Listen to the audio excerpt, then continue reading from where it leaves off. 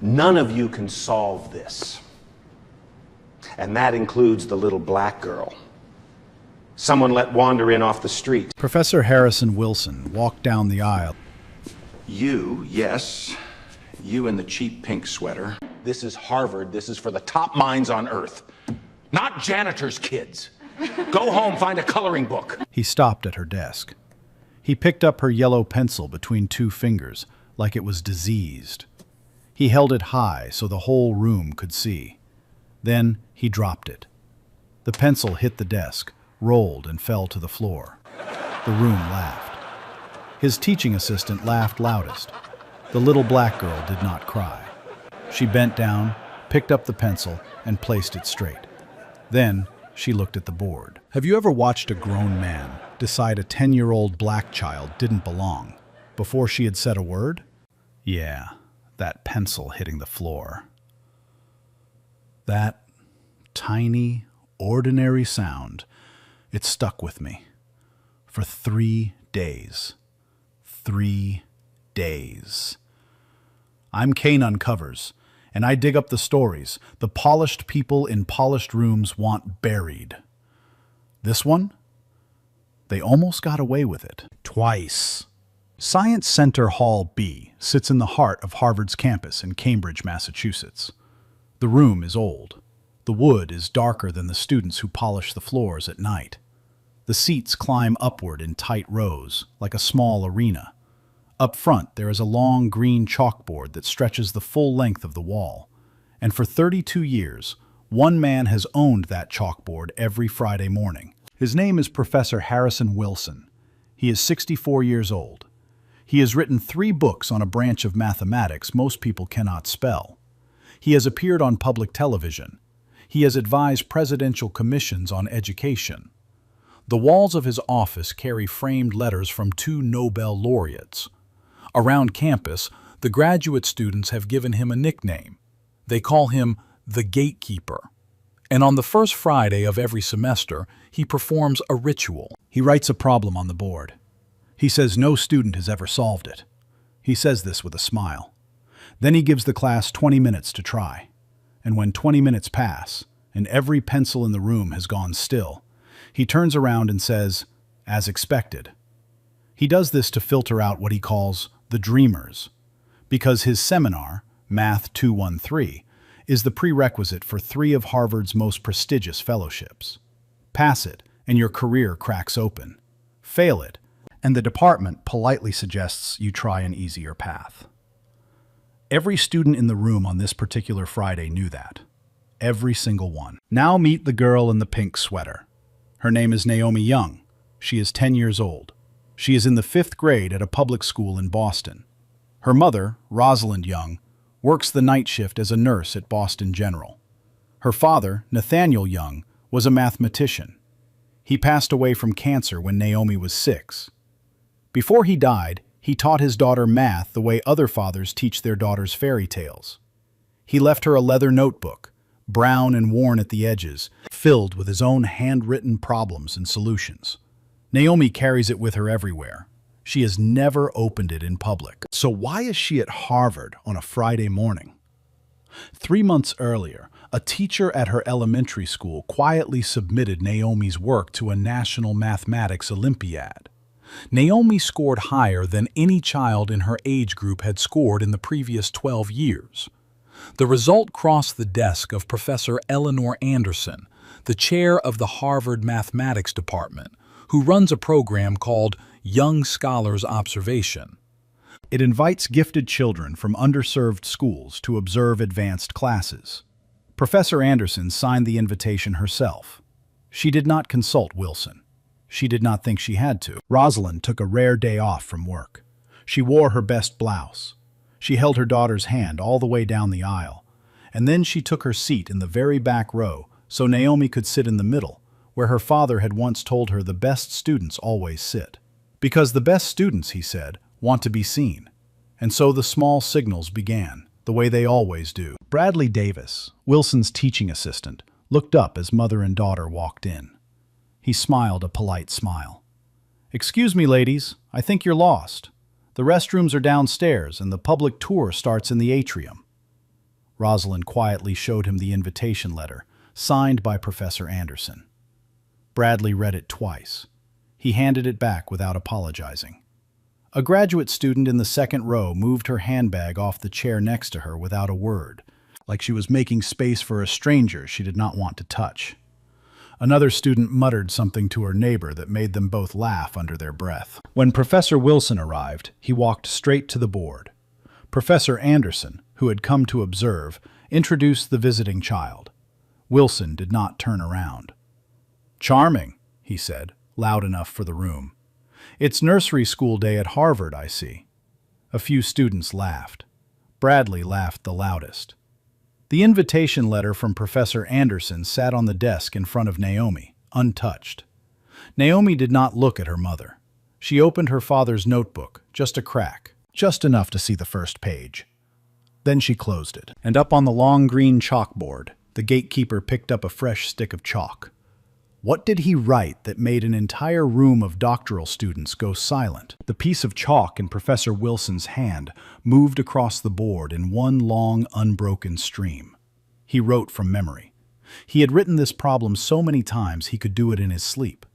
It was an expression involving nested sums, a function defined in pieces, and a constraint written in elegant script at the bottom corner. When he finished, he stepped back. He let the room look at it. He let it do its work. The room went quiet, in the way only a Harvard lecture hall can go quiet. Pencils paused. Laptops stopped clicking. Somebody in the third row exhaled slowly. The problem on the board looked, at first glance, like a monster. It was the kind of thing that seemed to demand pages and pages of heavy technique, the kind of thing that made first-year doctoral students wonder if they belonged in the room. Professor Wilson turned around with his hands behind his back. His voice was calm and almost fatherly, which made it worse. "This problem has been part of my curriculum for 32 years. In that time, roughly 1,200 students have sat where you are sitting. None of them solved it. I do not expect that record to break today. I expect it to stand. You have 20 minutes. Consider this a lesson in humility." He turned one more time, now facing the far corner of the room, facing Naomi. He smiled a small, cold smile. "And the little one in the pink sweater. You can color, or draw, or whatever it is 10-year-olds do when the grown-ups are working. Nobody will be upset if you fall asleep." A few students laughed again, not as loud this time. Something in the room had started to shift, though most of them could not yet name it. In the back row, Rosalind Young's knuckles went white on her armrest. She began to stand. She was going to walk down the aisle and take her daughter home. But under the desk, Naomi's small hand found her mother's leg. Naomi did not turn around. She just pressed her palm to her mother's knee once, firmly. It said, in a language only mothers speak, "I am fine." "Please sit down." Rosalind sat down. Her eyes did not leave the back of Wilson's head. The 20-minute clock on the wall began to count down. For the first 8 minutes, the room filled with the sound of pencils scratching paper. Bradley Davis, the teaching assistant, walked up and down the aisles, performatively sighing at everyone's work. "Classic Wilson," he said, loud enough for his favorite student to hear. "This one destroys them every year." He did not look at Naomi once. He walked past her like she was furniture. Naomi did not pick up her pencil.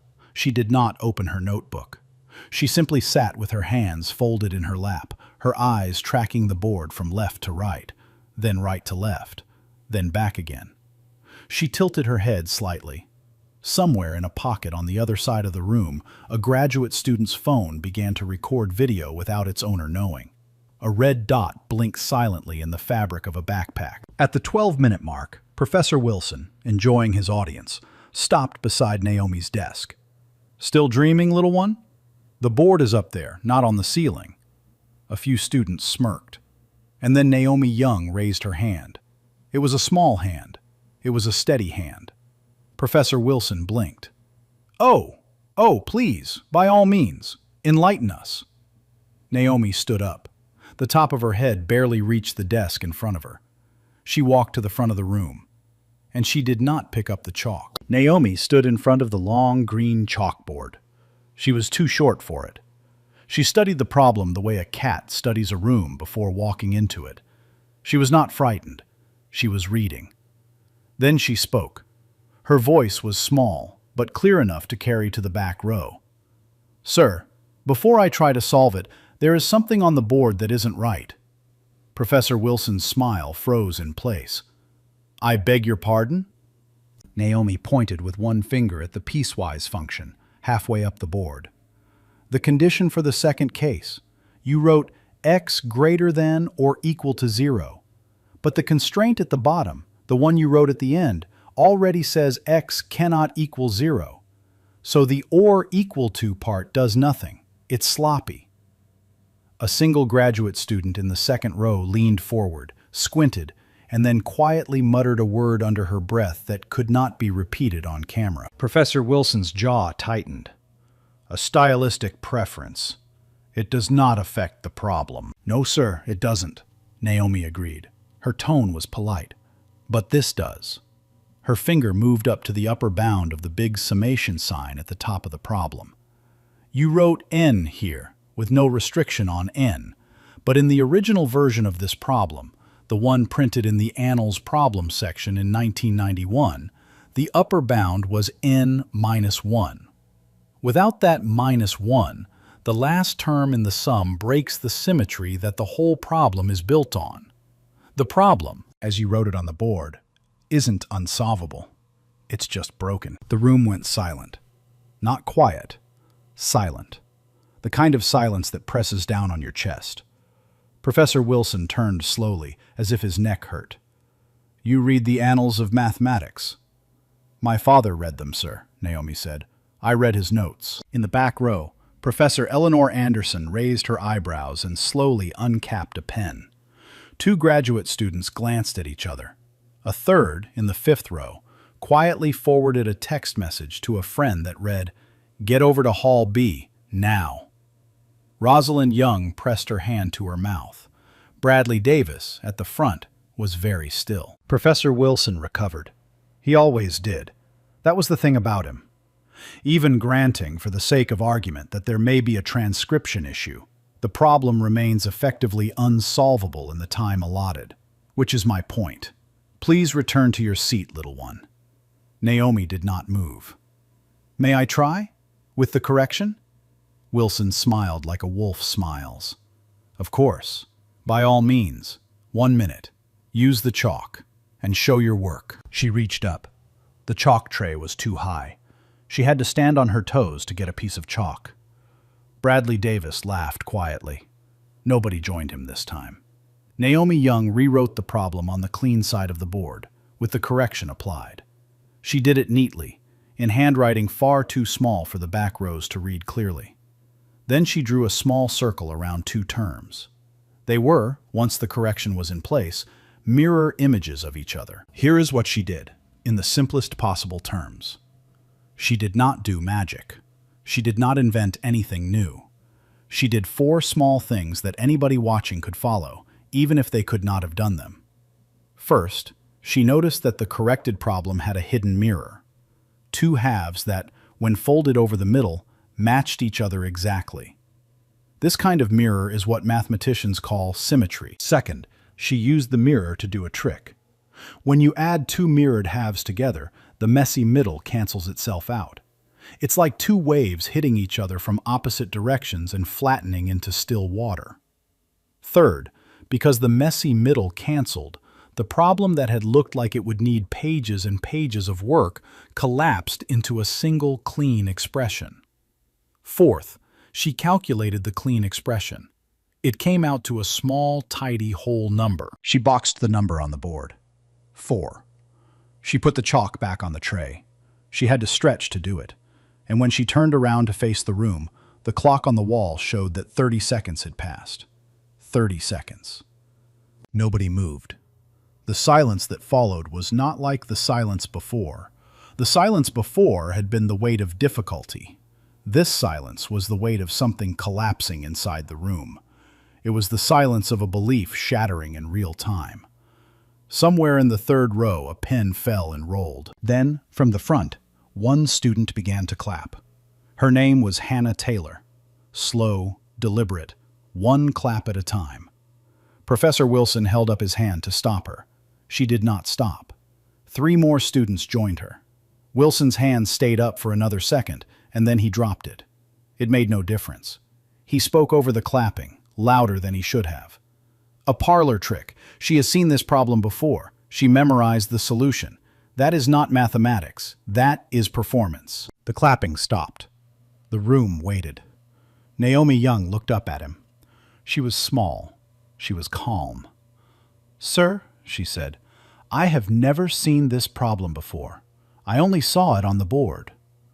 Somewhere in the back of the room, a phone camera that had been recording quietly saved the clip and uploaded it automatically to the cloud. It would be watched, eventually, by 43 million people. But nobody in the room knew that yet. Rosalind Young was crying silently. Professor Anderson was writing something in her notebook, and Professor Harrison Wilson stood in front of a board that no longer belonged to him, trying to figure out what to do next. So what does a man do when a 10-year-old breaks his 32-year record in 30 seconds? He doesn't apologize. He doubles down. Professor Wilson turned away from Naomi. He turned toward the class.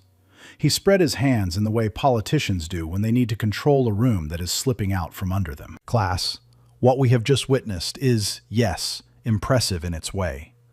A child with a good memory who has, apparently, been coached to recognize a specific published problem. Commendable. Her father, I am told, was a minor mathematician." He paused on the word minor. He let it sit in the air. But the true test of a mathematician is not recognition. It is creation. Under pressure. In front of one's peers. He turned back to Naomi. She had not moved from the front of the room. "Young lady, you will stay.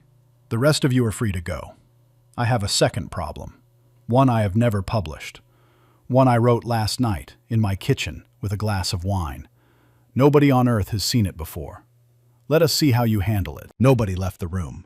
Word had already spread into the hallway. Students from 2 other seminars were now crowding at the doors. Phones were openly recording. Somebody in the 3rd row was live streaming to a small audience that was growing by the second. Rosalind Young started to stand a second time. Professor Anderson caught her eye across the room and gave one small shake of her head. "Wait, not yet." "Harrison," Professor Anderson said, her voice rising from the back. "This is not necessary. She is 10 years old." Wilson did not look at her. "Eleanor, if she belongs in this room, then this is trivial for her. If she does not, better we find out now than 3 years from now in somebody's dissertation defense. I am doing her a favor." Professor Anderson did not press. She stayed. She was watching him the way a scientist watches an experiment that has gone interesting. Wilson wrote the new problem. It was uglier than the first. It had no hidden symmetry. It had no shortcut from any published paper. It was, by any honest standard, a genuinely hard problem. He gave her 10 minutes. Naomi did not look at her mother. She did not look at Professor Anderson. She walked back to the board. She picked up the chalk again, and she got to work. She was not fast this time. The camera that was still rolling caught her hand tremble, just once, at the 3-minute mark. She steadied it. She crossed out 2 lines. She started over. At the 8-minute mark, she stopped completely. She stood perfectly still. The room held its breath. "Tick-tock, little one," said Professor Wilson. She closed her eyes. She opened them. She wrote 2 more lines. She stopped again. And then, in the final 15 seconds, something changed in her posture. She wrote quickly, without pausing. She underlined the answer twice. She set the chalk back on the tray. She stepped away. Professor Wilson walked up to the board. He studied it.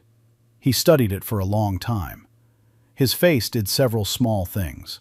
None of them were pleasant to watch. "Correct," he said finally. "In form. The method, of course, is unorthodox, even crude. A real mathematician would have approached this through—" "Professor Wilson!" The voice came from the front row. It was Hannah Taylor, the student who had started the clapping. She was not shouting. Her voice was calm. "She got the right answer, in 10 minutes, on a problem you wrote yourself last night. She is 10 years old. At what point does she stop being a trick and start being a student? Wilson's head turned toward her so fast his glasses slipped. The room went still again. And somewhere in that stillness, something shifted. The students were not laughing anymore. Not one of them. The phones were all recording, every single one. Naomi walked back to her seat. She sat down. She opened her father's notebook, just a crack, just enough to look at one page. Then she closed it. Her mother, in the back row, wiped her face with the back of her hand. Professor Wilson turned to the camera that he knew was filming the official Harvard lecture archive. He smoothed his tie. He spoke slowly, for the record. Very well. Since the matter has, apparently, become a public one, I propose, with the dean's permission, a formal demonstration. Monday morning, Sanders Theater. 3 problems, 3 judges, live streamed. We will see, under proper conditions, whether this performance can be repeated. If she solves at least 2 of the 3, Harvard will have its newest prodigy. If she cannot, this young scholars program will, regrettably, be exposed as the well-meaning but misguided experiment that I have long suspected it is. He turned back to Naomi. His voice dropped, just a little. It was almost gentle, the way a trap is almost gentle. Young lady, shall we say Monday, 9 o'clock? Naomi Young looked up at him. She was 10 years old. Her feet did not touch the floor under her chair. Yes, sir, she said. Listen, I gotta stop right here. A grown man, a tenured professor, 64 years old, looking a 10-year-old kid in the eye and setting a trap he thinks she can't walk out of. Tell me you're not squeezing your phone right now. Tell me your chest isn't tight. Because mine is. And we haven't even gotten to the part where he finds out who her daddy was. By Friday afternoon, the clip from Hall B had left Harvard's campus. A phone video, shaky and vertical, had been posted to a social media account that nobody had ever heard of. By 6 o'clock that evening, it had 700,000 views. By midnight, it had 4 million. The headline most outlets settled on was the one that fit in a thumbnail. Harvard professor mocks black child. Child destroys him in 30 seconds. By Saturday morning, the story was on the front page of the Boston Globe. By Saturday afternoon, the Harvard Office of Communications had released a statement that managed to say nothing in 3 paragraphs. By Sunday, the Sanders Theater live stream had 200,000 people pre-registered. A national morning show had already reserved a segment, and in a modest 2-bedroom apartment on the 3rd floor of an old building in Dorchester, a 10-year-old girl was trying to finish her weekend homework on fractions. Rosalind Young did not let her daughter see the internet that weekend. She did not let her see the news. She did not let her see the blog post that appeared on Saturday night under a pseudonym, written by someone whose writing cadence resembled Bradley Davis's suspiciously closely.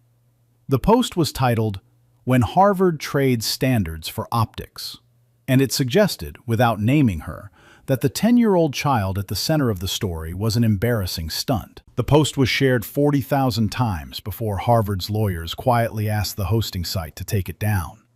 It stayed up long enough to do its work. Rosalind Young, in the kitchen that Saturday, made her daughter pancakes. She let her watch cartoons. She hid her own phone in a drawer under the silverware. She called in sick for her Sunday night shift for the first time in 3 years. When her sister phoned from Atlanta, crying, asking if Naomi had seen the internet yet, Rosalind said, quietly, that no, her daughter was 10 years old, and she would not let a nation full of strangers be the first voice in her daughter's head that weekend. Then she made grilled cheese for lunch. She cut the crusts off. What Rosalind did let her daughter see was Professor Eleanor Anderson, who came to the apartment on Saturday afternoon carrying a thin folder and a box of pastries from a bakery near the campus. She sat at the small kitchen table. She did not offer to coach. I have been the chair of this department for 22 years, Naomi. I keep records. Professor Wilson does not know I keep them. This folder contains every problem he has ever used in his Friday ritual. I am not going to tell you how to win on Monday. I am going to tell you that he has a pattern. There is something he values that makes a solution, in his eyes, elegant. Find out what it is, and then you decide whether you want to give him what he wants or what the problem actually wants. Naomi nodded. She took the folder. Professor Anderson stood up. At the kitchen door, she stopped. She did not look back at Naomi. She looked at Rosalind. I have to tell you something. I have been thinking about whether to tell you this since Friday afternoon. Your husband, Nathaniel Young. I remember him. He applied to our doctoral program in the fall of 1998. I was on the admissions committee. His application was the strongest in his cohort by a wide margin. The committee voted to reject him. The lead voice on that rejection was a junior faculty member named Harrison Wilson. The reason Wilson put in the file was, quote, "The applicant's mathematical style is inconsistent with the expectations of this department. I argued against it. I lost by 1 vote. Your husband is the reason I started the Young Scholars Program 3 years later. I'm sorry, Rosalind. I should have told you sooner." Rosalind Young sat at her own kitchen table and cried without making a sound. Naomi did not cry. She opened her father's notebook for the first time in front of another person. She turned to a specific page near the back. She traced her fingers over her father's handwriting. And then, quietly, she spoke. "Papa," she said to nobody in the room, "I see you." Sunday came on fast. Naomi spent the morning in the Boston Public Library with Hannah Taylor, who had appeared at the apartment unannounced at 6 a.m. with 2 coffees and an armful of problem sets. "I'm not coaching you," Hannah said, setting the coffees down. "I'm just bored and I like math." Naomi let her stay. Together they studied the folder Professor Anderson had left. They found the pattern. Wilson loved solutions that used complex analysis, where real analysis would have done the job more simply. He loved technique that looked hard. He rewarded show. He gave less credit to solutions that were, in the old-fashioned sense, obvious. Hannah wrote in pencil on a legal pad. Naomi worked in her father's notebook. At 2 in the afternoon, Rosalind brought them sandwiches. By 4 o'clock, Naomi had stopped working. She was staring out the window at the dome of the library. "Hannah," she said, "I don't think I'm supposed to play his game." Hannah put down her pencil. "What do you mean?" "If I give him what he wants, he wins even when I win. Because he gets to say, 'See, she learned to think like us.' If I give him what the problem wants, I might lose, but I'll still be me." Hannah Taylor looked at a 10-year-old girl for a long moment. Then she said, "Your father sounds like he was a really good teacher." Naomi smiled, just a little. He was. Meanwhile, across the river in Cambridge, Professor Harrison Wilson was not sleeping well. He had spent the weekend rehearsing his opening remarks in front of his bathroom mirror. He had called the dean twice, trying to tighten the rules.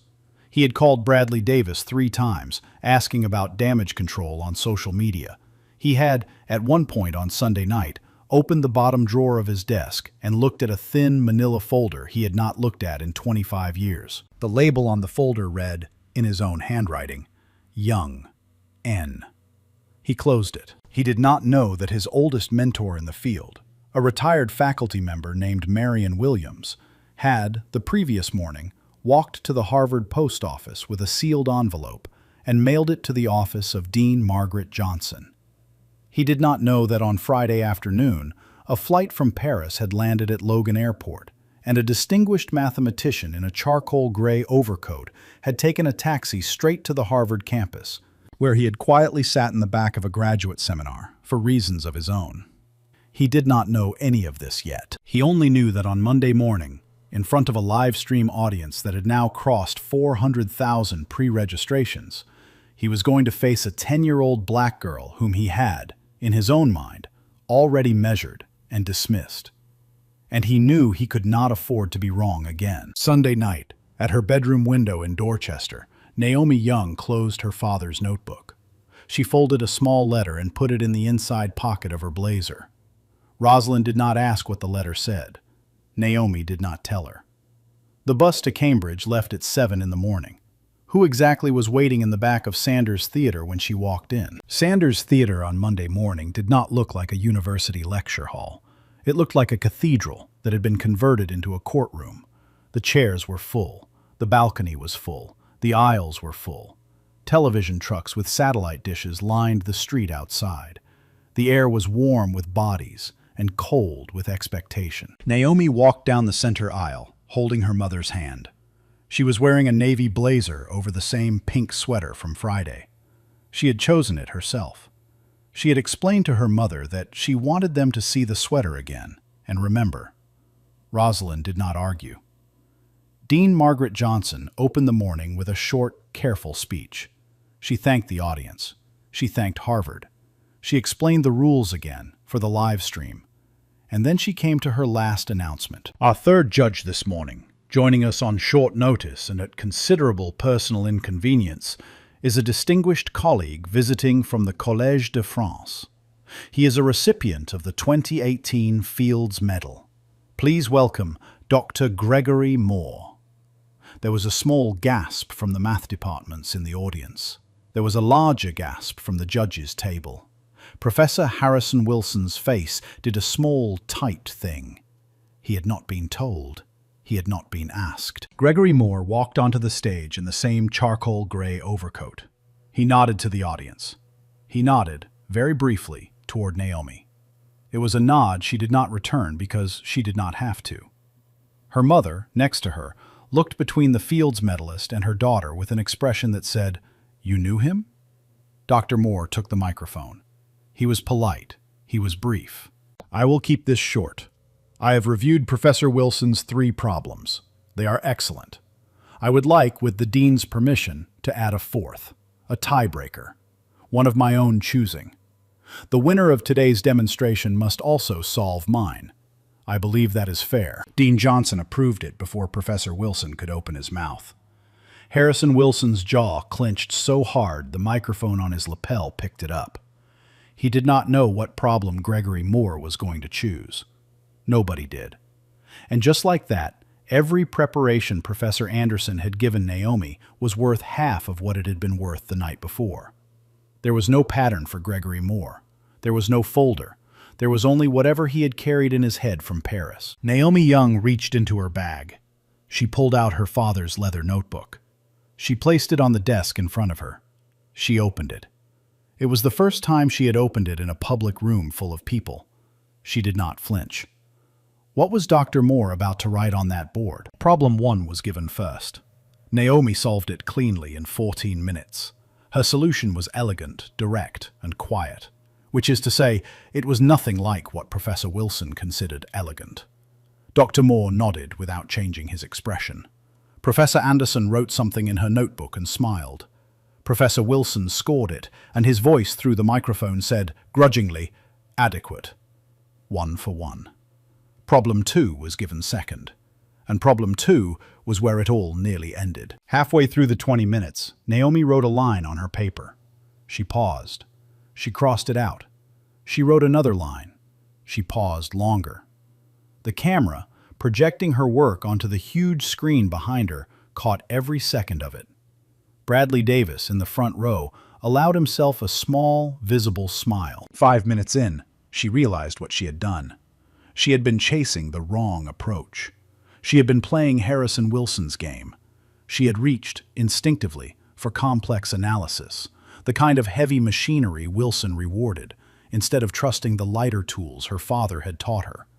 She had put on borrowed shoes, and they did not fit. By the time she realized it, she had burned through her time. She tried to pivot. She started over. She rewrote 3 lines. The clock hit 0. The work on her page was not wrong. It was not complete. "I am afraid," said Professor Wilson, in a voice that was almost gentle, which made it worse, "that this solution is incomplete. No credit."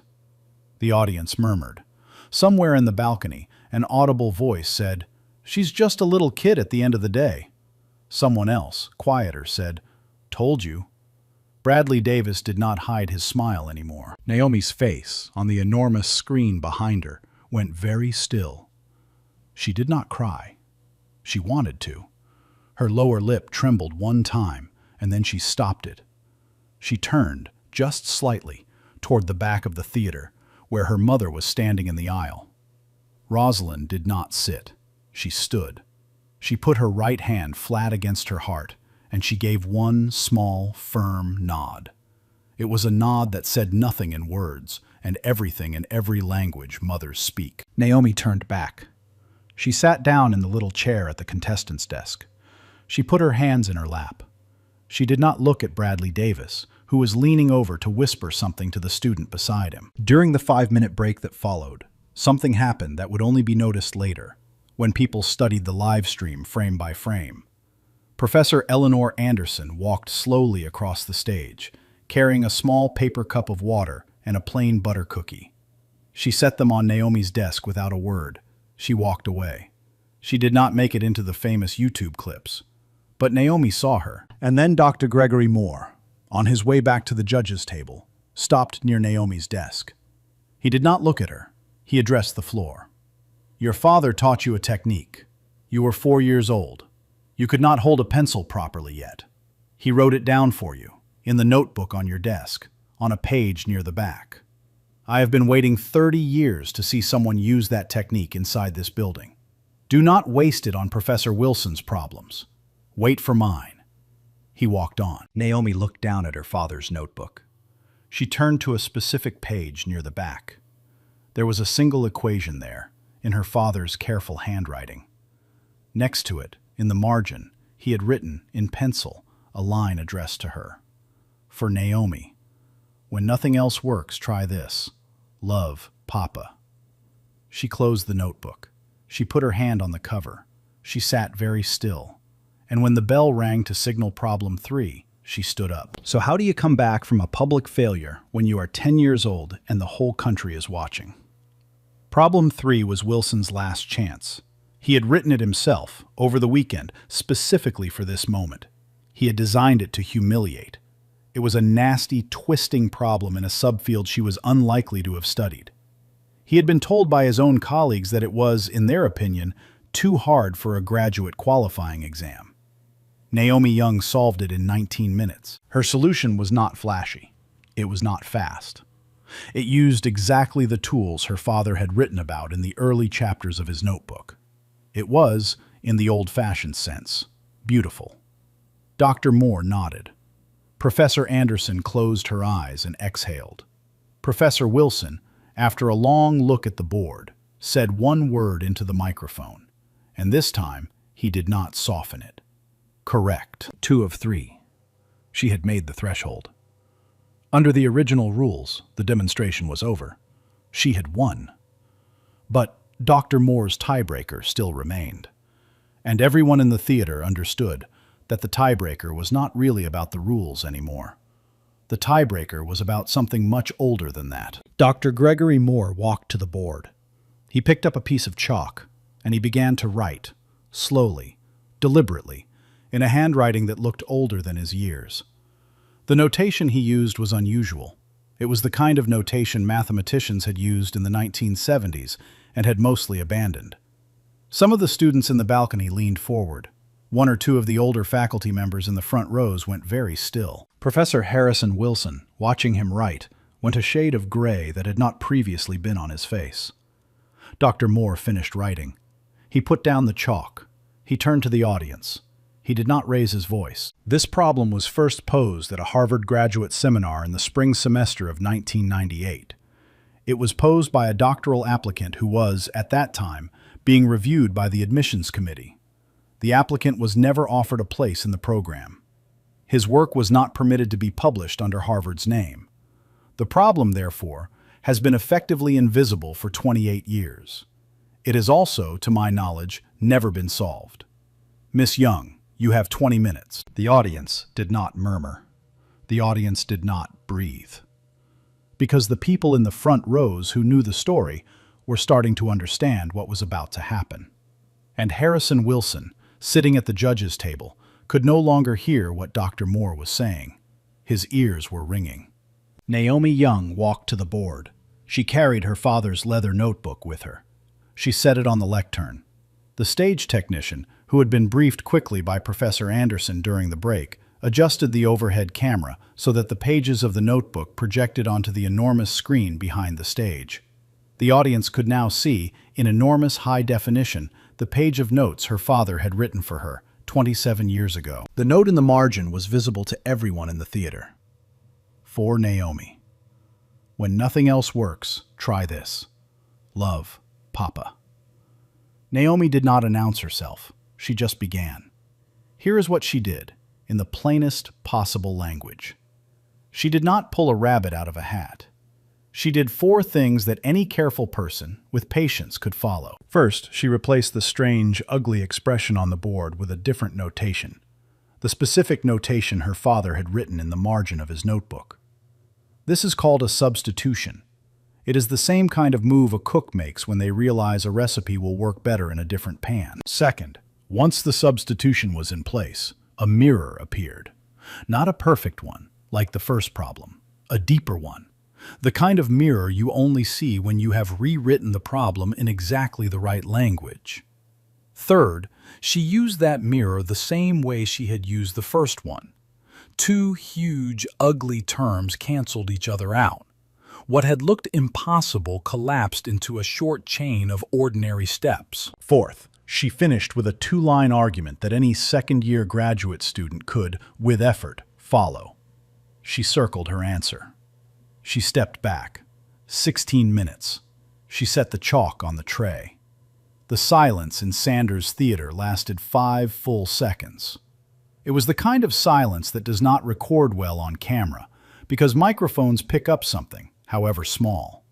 This silence picked up nothing. Dr. Gregory Moore stood up. He walked to the board. He looked at her solution. He turned to the audience. Correct. He paused. Then he said the thing he had come from Paris to say. I should like to note, for the record, that the substitution Miss Young used was first devised by Nathaniel Young in the fall of 1998, while he was an applicant to this department. It is, in my professional opinion, one of the most elegant pieces of mathematical thought I have seen in the last 30 years. It has never been credited to him. It does, however, bear a striking resemblance to a substitution published 3 years later, in a paper by a tenured faculty member of this institution. He did not say Wilson's name. He did not have to. It was then that Naomi Young, at the board, spoke for the first time in the entire demonstration. Her voice was soft. It was not angry. It was the voice of a child who has waited a long time for one question.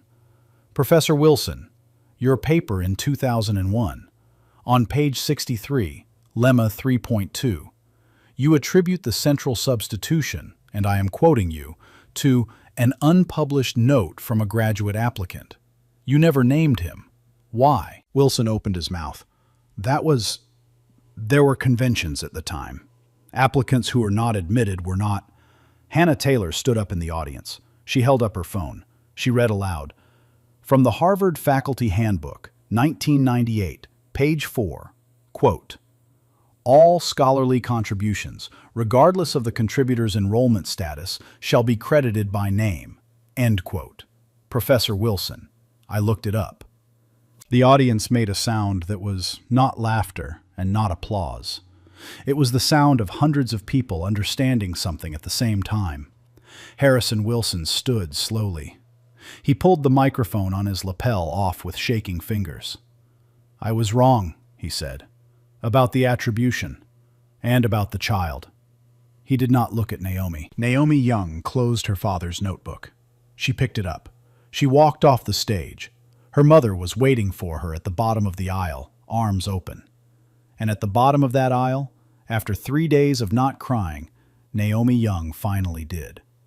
The standing ovation lasted 11 minutes. She did not turn around for any of it. I gotta be straight with you. I almost couldn't finish writing this one. Because every kid I grew up with, the ones who were too smart for the room they were in, nobody ever sent a Fields medalist across an ocean to stand up for them. And that's the part that's going to sit on my chest long after the clip goes dark. So if this story is hitting somewhere quiet, don't shake it off. sit in it. That's where it changes you. 1 week later, the live stream had been viewed 43 million times. Clips from Sanders Theater had run on every major network. The New York Times had published a long editorial. The Atlantic had published a longer one. A 10-year-old black girl from Dorchester was on the cover of a Sunday magazine, holding her father's notebook, looking straight at the camera without smiling. On a Tuesday morning, Dean Margaret Johnson arrived at her office to find a sealed package on her desk. It had been hand-delivered the day before by a woman named Professor Marion Williams. Professor Williams was 91 years old. She had retired from the Harvard mathematics faculty in 1996, and she had for almost 3 decades kept a file she had never been asked to produce. Inside the package were letters. Letters Nathaniel Young had written to the admissions committee in the fall of 1998, appealing his rejection. The committee's denials were also in the file. Each denial was signed. Several of them were signed by a junior faculty member named Harrison Wilson. Wilson had voted to reject Nathaniel Young's application, twice. In the internal note attached to the second rejection, he had written, in his own handwriting, the following: "Applicant has skill, but lacks the temperament suitable for our field." The letters became public on Friday. The Harvard Gazette ran them in full.